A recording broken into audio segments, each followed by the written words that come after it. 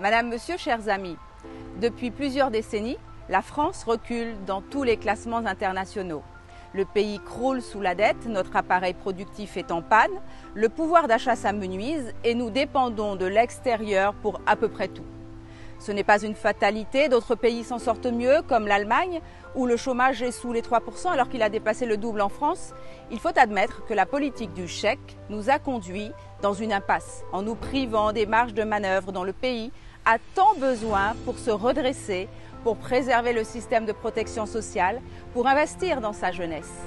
J'ai la conviction que nous devons remettre le travail au cœur de notre projet économique et social, pour créer de la richesse, pour réactiver l'ascenseur et protéger notre modèle social.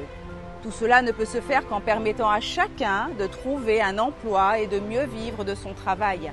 À la région, en tant que vice-présidente, j'ai initié cette dynamique en développant l'accès à la formation des franciliens en recherche d'emploi dans les secteurs qui recrutent, comme le soutien à l'apprentissage, au profit notamment des moins qualifiés.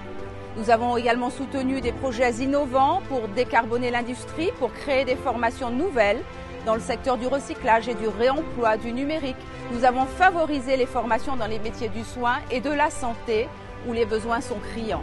Au fond, il s'agit d'aider les entreprises à trouver facilement les compétences dont elles ont besoin aujourd'hui et demain pour relever tous les défis, notamment celui de la transition environnementale dans les secteurs du bâtiment, des transports, de l'agriculture notamment.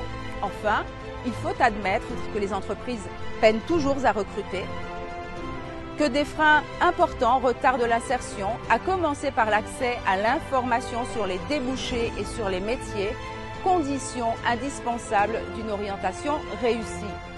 Surtout, nos jeunes méconnaissent le monde de l'entreprise et ses attentes.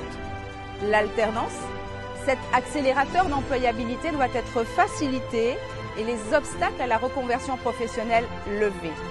Alors que l'État s'apprête à recentraliser le service public de l'emploi, je crois dans l'agilité de l'échelon local pour faire correspondre à l'échelle des bassins d'activité, en étroit lien avec les maires, les besoins des entreprises et la demande d'emploi.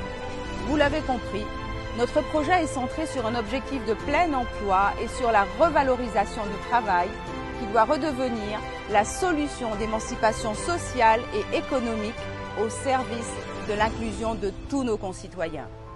Alors le 24 septembre prochain, nous comptons sur vous.